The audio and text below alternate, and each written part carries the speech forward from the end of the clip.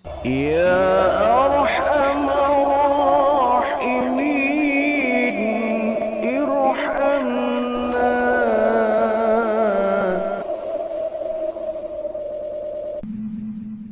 Wa in ta'ifatani minal mu'minina iqtatalu fa aslihu bainahuma. Fa in baghat ihdahuma 'alal ukhra faqatilul lati tabghi hatta tafi'a ila amrillah. Fa in fa'at fa aslihu bainahuma bil adli wa aqsitu. Innallaha yuhibbul muqsitin. Allah berfirman, dan apabila ada dua golongan orang mukmin yang berperang, fa aslihu bainahuma, maka damaikanlah antara keduanya. Fa in baghat ihdahuma 'alal ukhra, jika salah satu di antara keduanya berbuat zalim terhadap yang lain, faqatilul lati tabghi hatta tafi'a ila amrillah, maka perangilah golongan tersebut yang berbuat zalim sehingga golongan itu kembali kepada Allah Subhanahu wa taala. Fa in fa'at faslihu bainahuma bil adli, jika golongan itu telah kembali pada perintah Allah, maka damaikanlah antara keduanya dengan adil. Innallaha yuhibbul muqsitin, sungguh Allah mencintai orang-orang yang berbuat adil. Di dalam Al-Quran surat Al-Hujurat ayat 9 ini, Allah Subhanahu wa taala menegaskan kepada kita, wa in ta'ifatani minal mu'minin, apabila di antara kelompok mukmin iktatalu, mereka berperang, mereka bertikai, mereka bermusuhan, faslihu bainahuma, maka hendaknya damaikanlah mereka. Tentu ini perintah kelompok yang netral, ya, bukan termasuk kelompok dua yang bertikai itu. Jika ada kelompok orang mukmin yang mereka bertikai, mereka berperang, mereka berkelahi, dan kau bukan termasuk di antara keduanya, faslihu, maka damaikanlah. Damaikanlah mereka. Fa in baghat ihdahuma 'alal ukhra, apabila di antara dua golongan ini tetap saja memaksa bermusuhan, dipisah tapi tidak mau, didamaikan tetap tidak mau, maka faqatilu, perangi, perangilah mereka sehingga mereka kembali kepada Allah Subhanahu wa taala. Fa in fat faslihu bainahuma bil adl, kalau mereka sudah bertaubat kembali kepada Allah, maka Allah Subhanahu wa taala memerintahkan kita faslihu bainahuma bil adl wa aqsitu, damaikanlah keduanya dengan adil, waqsitu, dan jadilah kau penegak keadilan. Innallaha yuhibbul muqsitin, Allah suka kepada mereka orang-orang yang suka menegakkan keadilan. Jadi artinya bahwa jika seorang mukmin, ini yang disampaikan Al-Quran adalah dua kelompok mukmin, ya, bukan kelompok mukmin dengan kafir, bukan. Jika ada dua kelompok mukmin sama-sama orang yang beriman, mereka yang sesungguhnya adalah bersaudara. Ya, mereka bersaudara sebetulnya, cuma mereka karena ada permasalahan, kemudian mereka bertikai, mereka berperang, faslihu bainahuma, ya. Orang yang netral, yang bukan di antara mereka, maka damaikanlah. Jadi muslim itu adalah seorang perekat ukhuwah, perekat persaudaraan, bukan malah justru sebagai adu domba. Maka adu domba termasuk dosa yang sangat kelewat besar. Jangankan orang yang sedang bertikai bermusuhan, orang yang baik-baik pun kalau sudah dihantam yang namanya badai fitnah, namimah, adu domba, mereka akan hancur berantakan. Maka sang dalang dari namimah ini sangat mendapatkan murka Allah yang sangat besar. Ya. Kalau ada dua orang mukmin memang dalam Islam, ya, apabila ada seorang muslim yang saling berbunuh-bunuhan, ya, al-qatil wal maktul finnar, kata baginda Rasul. Yang membunuh dan yang terbunuh keduanya-duanya neraka. Jadi apabila ada seorang muslim, seorang mukmin yang mereka saling bunuh-membunuh, saling berbunuh-bunuhan, al-qatil wal maktul finnar, yang terbunuh dan yang membunuh keduanya neraka. Aduh. Sahabat ada yang bertanya, ya Rasulullah, iya. Kalau yang membunuh masuk neraka sih pantas. Lah ini yang terbunuh kenapa masuk neraka juga ya Rasul? Kata Nabi, ya karena kedua-duanya sudah ada niat. Sudah ada niat sebelumnya. Andai kata dia yang tidak terbunuh duluan, maka dia akan membunuh yang satunya. Ya. Dia karena apes aja duluan terbunuh. Andai kata dia tidak terbunuh terlebih dahulu, maka pasti dia akan membunuh. Dia yang pasti akan membunuh lawan tikainya itu. Maka kalau ada dua orang muslim yang mereka punya niat yang sama ingin saling membunuh, maka kedua-duanya baik yang membunuh atau yang terbunuh, kedua-duanya neraka.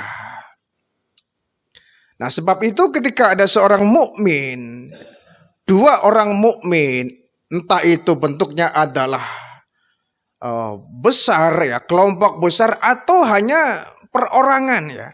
Ada dua orang saling bermusuhan, maka damaikan di antara keduanya. Ya. Damaikan di antara keduanya, jangan sampai ada dua orang bertikai, dua-duanya sama mukmin, sama-sama orang yang beriman, malah diojok-ojok. Ya. Malah diadu.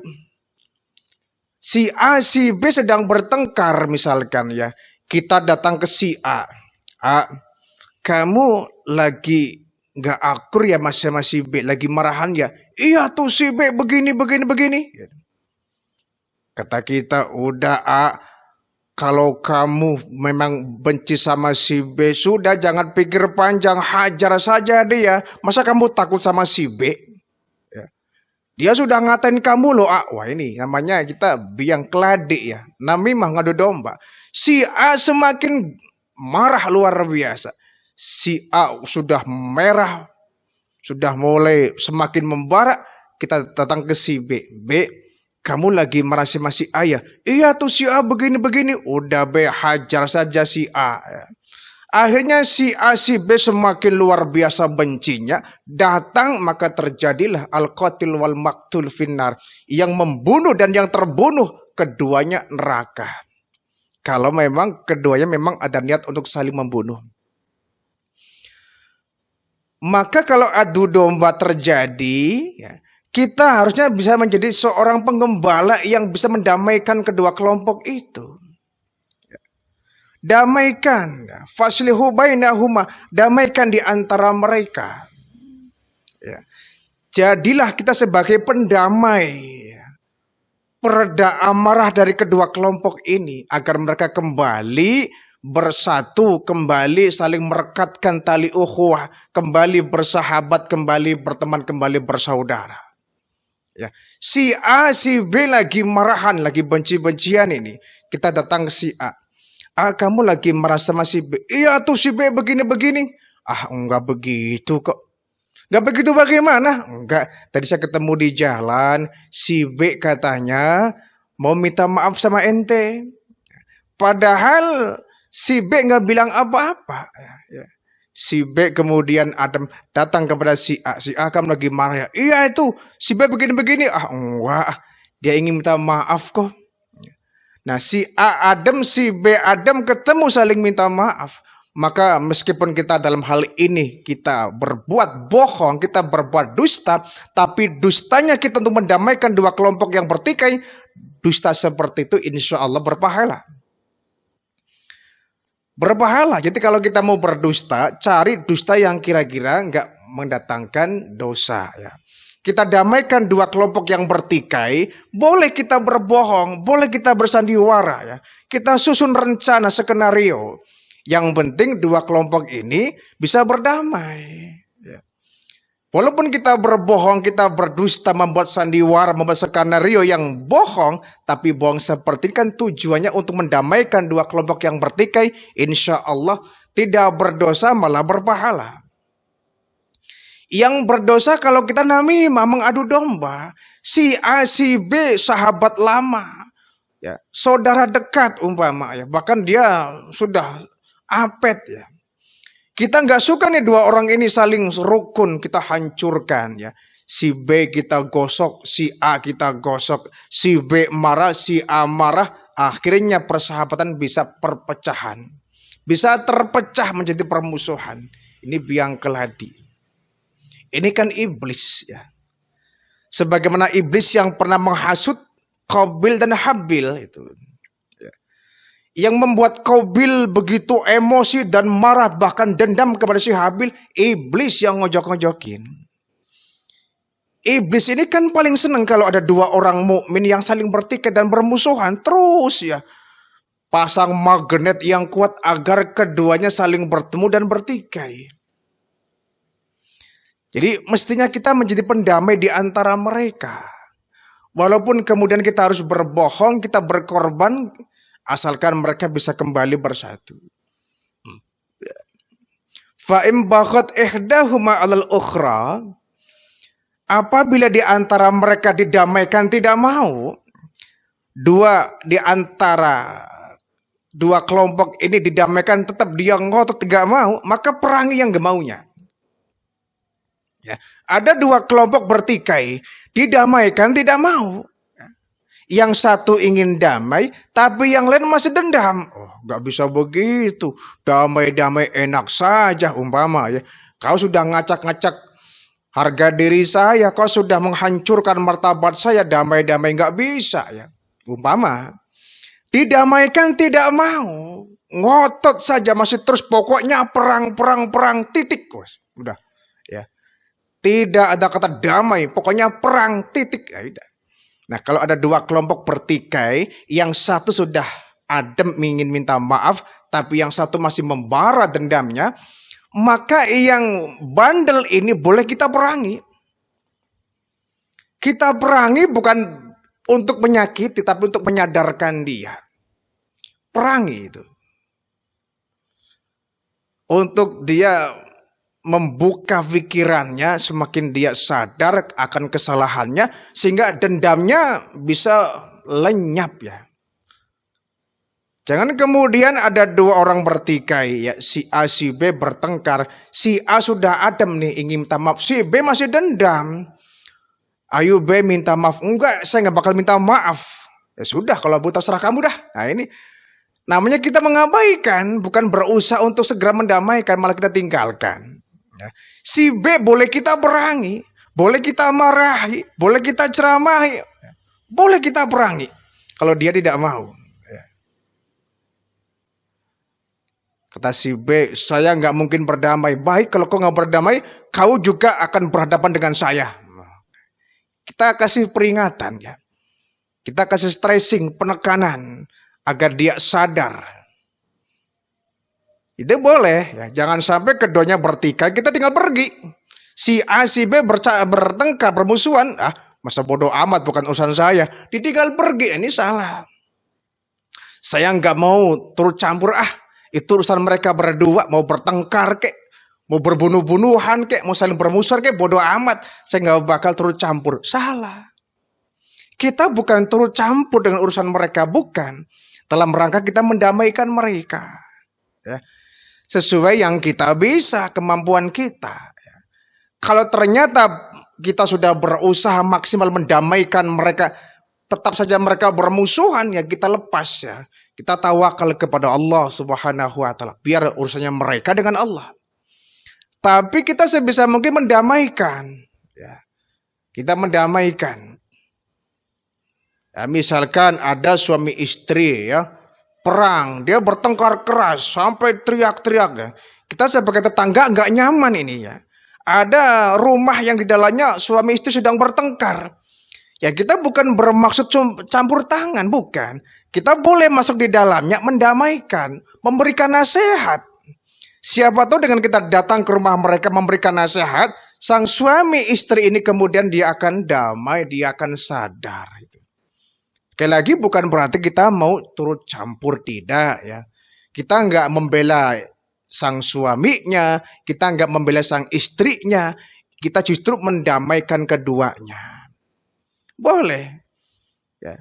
Daripada kemudian kita disiksa dengan suara pertengkaran, terus pertengkaran ya. Rumah kita di sampingnya misalkan.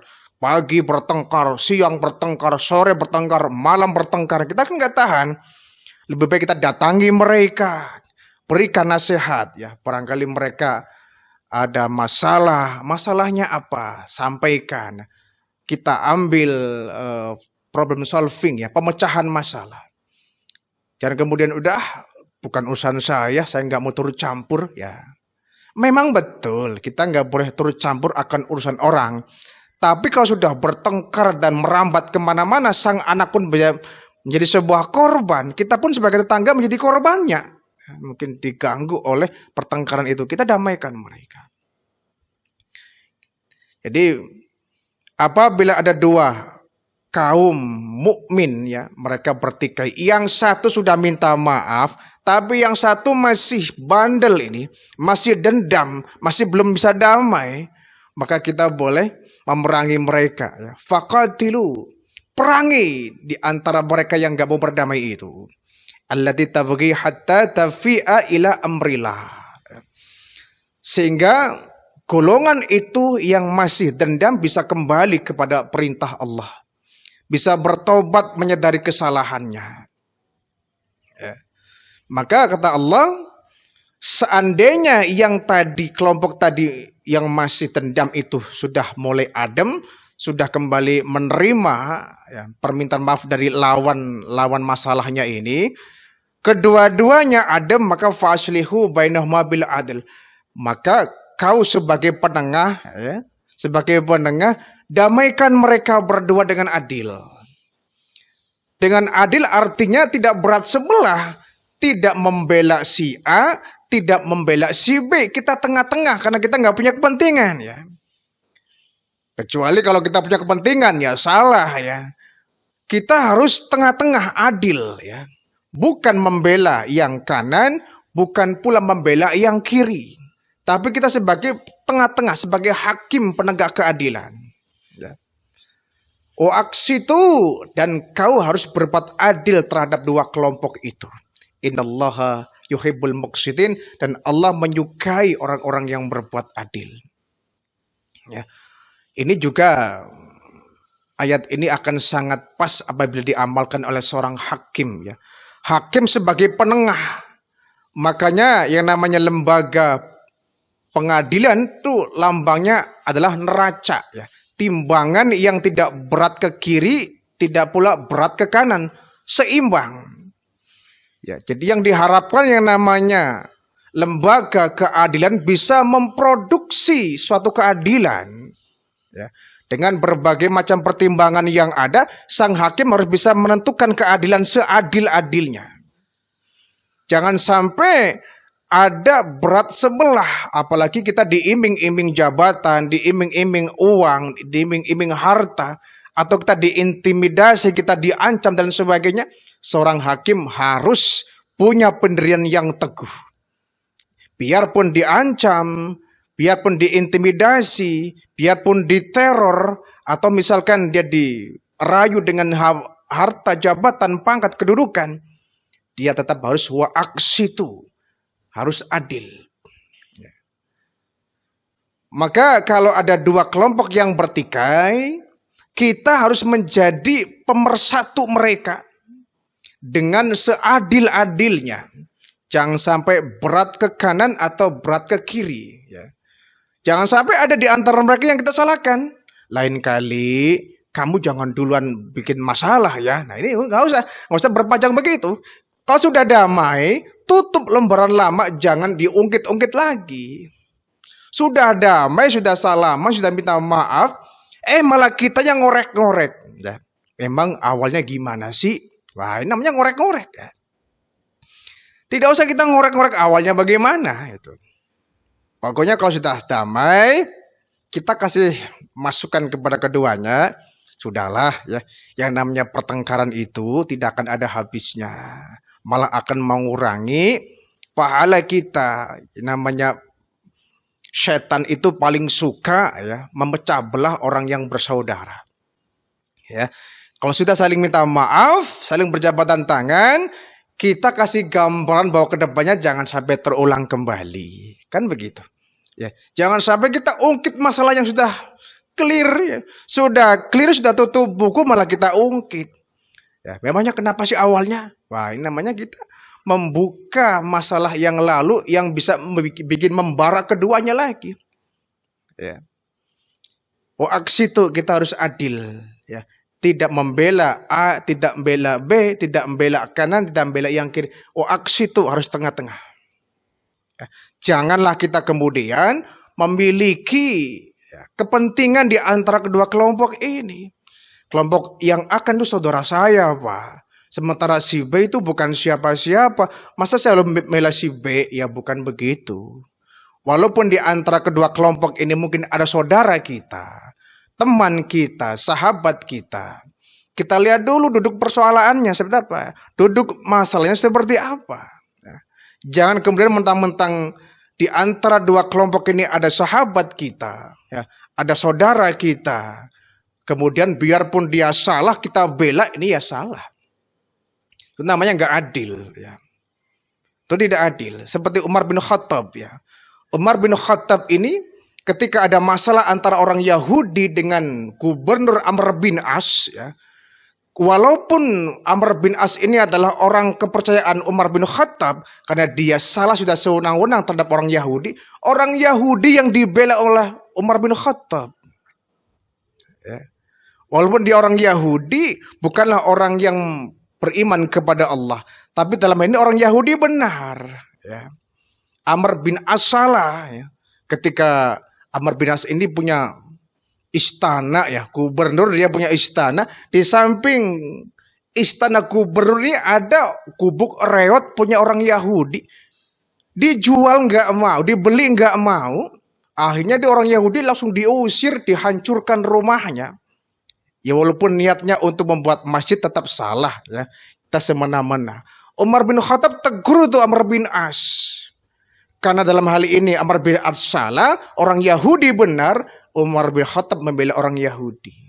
Namanya wa'aksitu, ya. Berbuat adil. Ya. Jangan berat ke kanan, jangan berat ke kiri. Walaupun di antara dua kelompok itu mungkin sahabat kita, ada saudara kita. Ya. Kalau mereka memang dalam hal ini yang melakukan kesalahan, ya tetap wa'aksitu, kita harus adil. Ya. Innallaha yuhibbul muqsitin. Allah mencintai orang-orang yang berbuat adil.